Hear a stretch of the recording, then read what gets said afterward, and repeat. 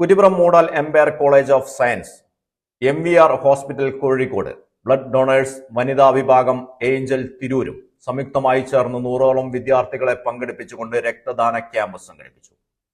College registrar TV Sreekumar അധ്യക്ഷനായ ചടങ്ങ് college vice principal KV Ranjusha ഉദ്ഘാടനം ചെയ്തു.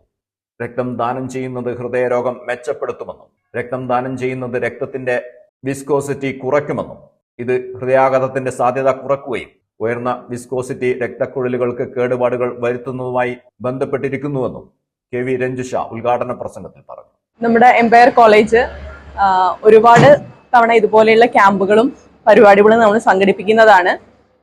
ഇപ്രാവശ്യം MVR ക്യാൻസർ സെന്ററുമായിട്ടാണ്, അത് നമ്മുടെ MLT ഡിപ്പാർട്ട്മെന്റ് ആണ് അത് കോർഡിനേറ്റ് ചെയ്യുന്നത്.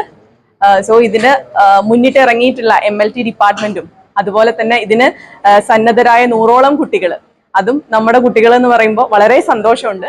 നല്ല ആരോഗ്യമുള്ള വ്യക്തികൾക്കും പ്രായം 18നും 60നും വയസ്സിന് ഇടയിൽ ഉള്ളവർക്കും ശരീരഭാരം 50 കിലോയിൽ കൂടുതലുള്ളവർക്കും രക്തം ദാനം ചെയ്യാമെന്നും അവർ കൂട്ടിച്ചേർത്തു.